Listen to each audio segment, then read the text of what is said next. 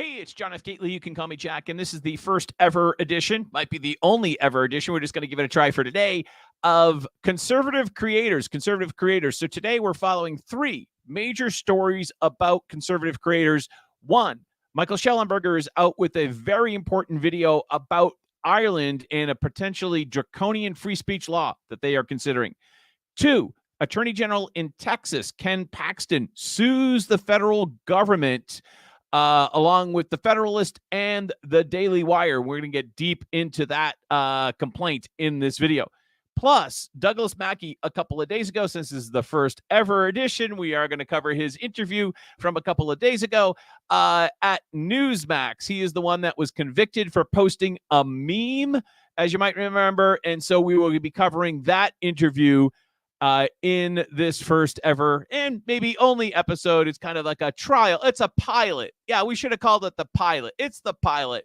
So before we do that, however, we do have breaking news for Times Person of the Year, just to kind of lighten things up before we get started with the Schellenberger video. News Person of the Year, Times News Person of the Year is Catturd. Catturd is the Person of the Year. This meme from I meme, therefore I am, and we are going to be talking about Douglas Mackey in his meme case later in this show. I meme, therefore I am, and this has been endorsed by Catturd because he retweeted it.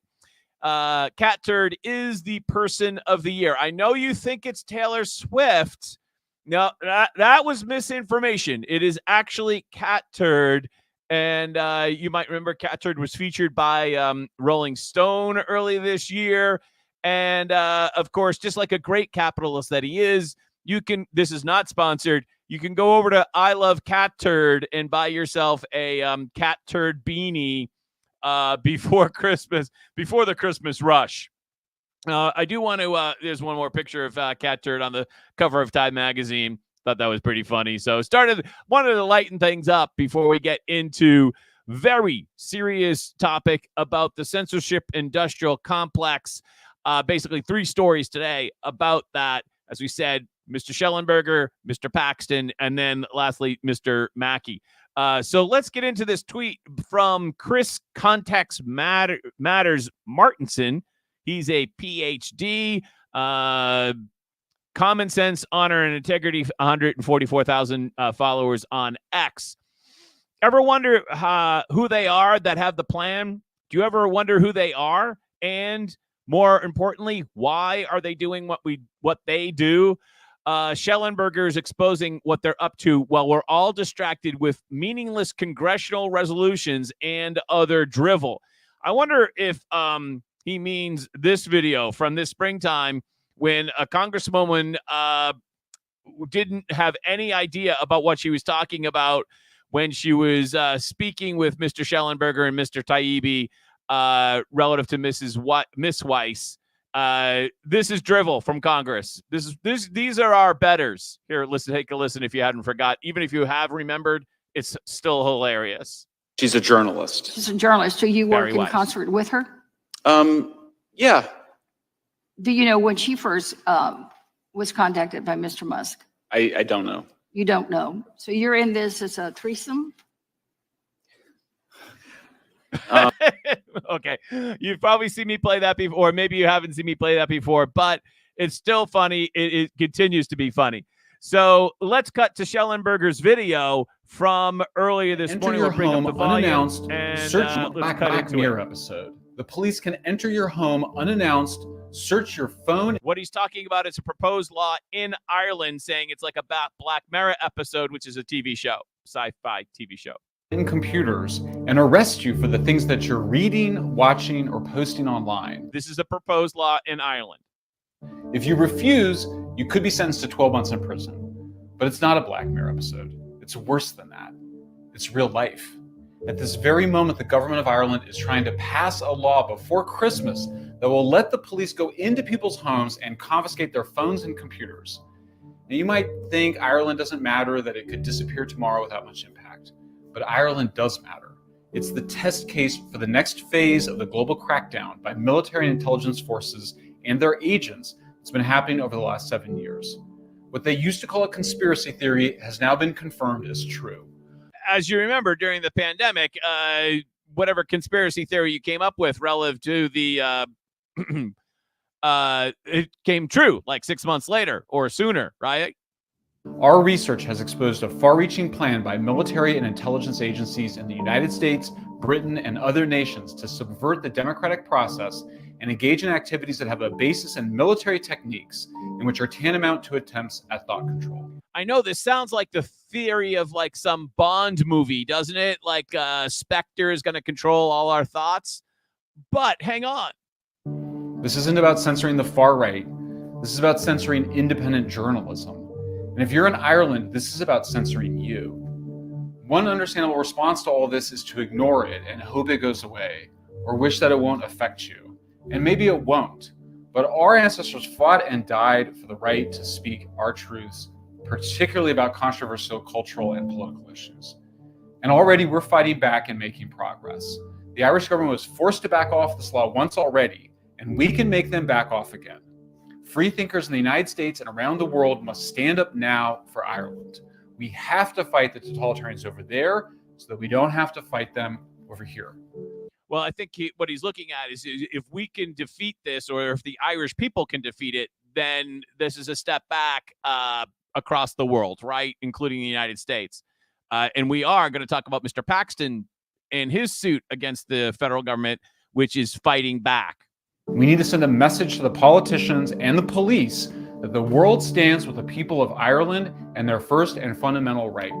Please share this message and consider donating to a special free speech fund at censorshipindustrialcomplex.org. All right, very good, Michael. I thought this quote here from Mr. Martinson was a great analogy here. We are headed toward the worst lockdown there is. It's the lockdown of what we are allowed to think. Excellent analogy from Mr. Paxton. And, oops, sorry. Hey, this is the pilot episode, things fall off the wall. It's okay. Let's move on to Attorney General Ken Paxton sues the U.S. State Department for conspiring to censor American media companies. So thankfully, we are fighting back both in Ireland and here in the United States. The state of Texas and media companies, the Daily Wire and the Federalist, have sued the U.S. Department of State and Secretary of State Anthony Blinken and other government officials for engaging in a conspiracy to censor, deplatform, and demonetize American media outlets disfavored by the federal government through its Global Engagement Center. So Ken Paxton's quote here: "I'm proud to lead the fight to save Americans' precious constitutional rights from Joe Biden's tyrannical federal government." I would not even necessarily label it. It's not necessarily Joe Biden's. He's the one that's the president now, but it could be really anybody's federal government, whoever happens to be president. The State Department's mission to obliterate the First Amendment is completely un-American. This agency will not get away with their illegal campaign to silence citizens in the publications that they disagree with. Apparently, the new Civil Liberties Alliance is serving as co-counsel. As the lawsuit explains, the Daily Wire, the Federalist, and other conservative news organizations were branded unreliable or risky. And now I want to get right into the complaint and the nature of the complaint. Let's see if we can move this over here a little bit so that you can see it. Yeah, there we go. That's better. Again, the pilot episode, so not all the not everything's perfect. Here in the nature of the action, the complaint itself, there are 5 points here that we should really cover. Through its Global Engagement Center, the Department of State is actively intervening in the news media market to render disfavored press outlets unprofitable by funding the infrastructure development in marketing and promotion of censorship technology and private censorship enterprises to covertly suppress speech of a segment of the American press. So this would not be constitutional if it was the entire American press, and it's most certainly not constitutional if it's based upon one segment. But of course, as we should have learned from the object lesson of like Skokie versus Illinois, the Skokie case in Illinois, that if somebody doesn't have free speech, then that means that maybe nobody does. So moving on to point number 2, defendants have been granted no statutory authority to fund or promote censorship technology. And in fact, there is no power to do so in the Constitution. In fact, the First Amendment expressly prohibits it. So what are they doing, basically, from the global or GEC, as they call it, the Global Engagement Center? This current scheme is unknown. At the minimum, the Global Engagement Center has funded, promoted, or marked 2 American censorship industries. Marketed. The Disinformation Index, the DII, operating under the Global Disinformation Index, GDI, and NewsGuard Technologies. You remember NewsGuard. They're the ones that were founded, that are out here to make sure that you don't read anything that could possibly not comply with the narrative. Transparent, accountable. Ads for major advertisers appear below viral Hamas war misinformation. They're out there to make sure that they can protect you from misinformation. You might remember that the American teachers partnered with NewsGuard to combat misinformation online. They're there to help you.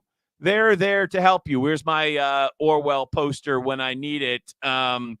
It's so nice that the government is here to help me through the Department of State to understand what is misinformation and is what is not. Can't we get that the woman, the misinformation lady that sang? I can't listen to that again. That was awful. Let's go back to the complaint. These entities generate blacklists. This is the meat of the complaint.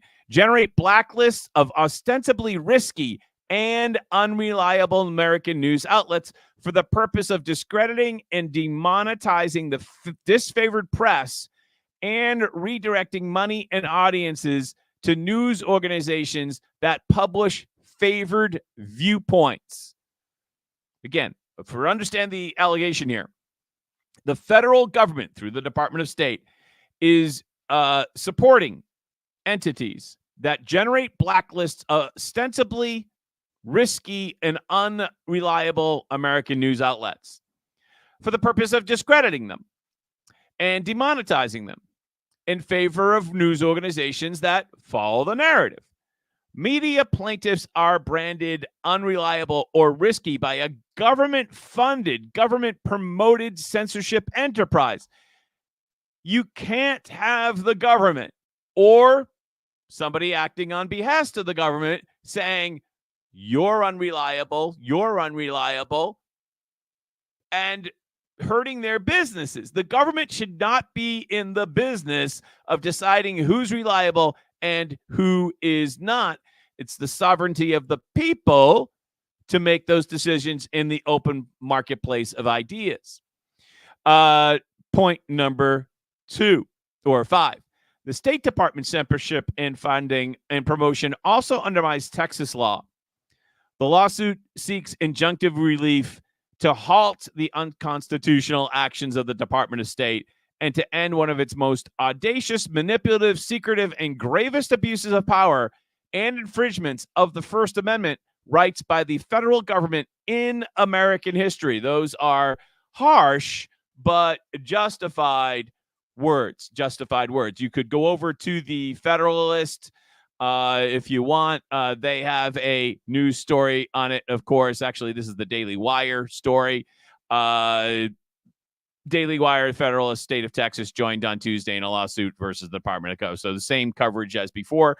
The Federalist also has effectively the same story as well, as you would expect. Super important. You know, you never know how long these lawsuits take. And it's a shame that any of us have to like go do this, but filing the lawsuit, congratulations, Mr. Paxton in Texas, the attorney general, puts them on the defensive. There will most likely be a massive amount of discovery through the lawsuit process, which will provide additional evidence of the government's willingness to go out into the marketplace of ideas and control what you can hear by demonetizing and devaluing various websites. And that's incredibly scary because it is just like 1984, and this is their like systematic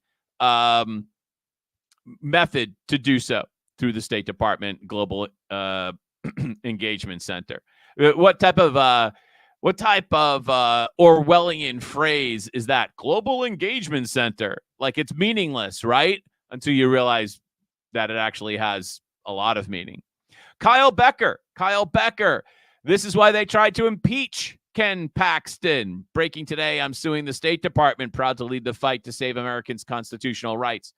Remember, if you can control what Americans see and hear and read, then obviously you can control what Americans conclude. That's what this is all about. Same story in Ireland. That's exactly what it's all about. If you go and say something like the pandemic is a pandemic of the vaccinated, and if you say something like that and that gets demonetized or whatever, now I probably just got demonetized on this video. Who cares? But if you say something like that and your viewpoint doesn't get out there, even though statistically in Massachusetts, when our politicians were saying it was a pandemic of the unvaccinated, statistically, you could look at their own statistics literally that very same day and say, no, it's not. It's a pandemic of the vaccinated, because most people who are getting the virus at that time were vaccinated. Literally, just their own numbers were just proving their rhetoric. But if you say that and now no one sees what you're saying, then obviously the thoughts of the people are manipulated. Like, it's just like the Godfather logo with the marionette, right? Exact same thing. The exact same thing. Let's move on to the other story of the day that I wanted to cover. First off, we covered Schellenberger's statement about Ireland, and then we covered the Ken Paxton story. I want to get over to this story about Douglas Mackey and his Newsmax interview from about 2 days ago. Let's bring it up here on the screen. Here he is here. Tremendous interview. Let's dive right into it. You might remember that Mackey was convicted earlier this year of posting a meme, and that meme encouraged people to text their vote into some number, and it was a joke. They could not find, nor could they produce at the trial, anybody who actually thought they voted for Hillary Clinton by texting the number, because it was ridiculous. There were people that texted, maybe even a lot of people that texted, but they couldn't actually produce not even one person who went to the courthouse and said, I was robbed of my vote. They couldn't produce one person, yet they convicted him, because the chances of you being convicted by the federal government if they indict you and you go to trial are pretty high. It's just because the rules are stacked in their favor in federal court. So let's listen to Douglas Mackey on Newsmax a couple of days ago. Douglas Mackey joins us tonight, and it's good to have you on, sir. Thank you so much. Your reaction, this has got to be encouraging. I can't imagine what you've been through.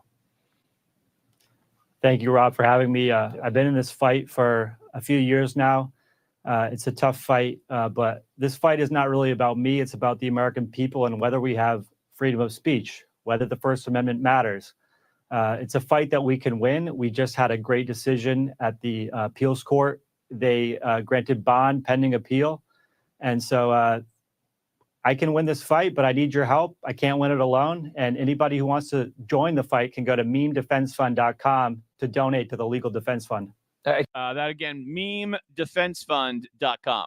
I can't fathom what, I mean, imagine telling somebody that you were put in prison because you made a meme that said you can vote by text.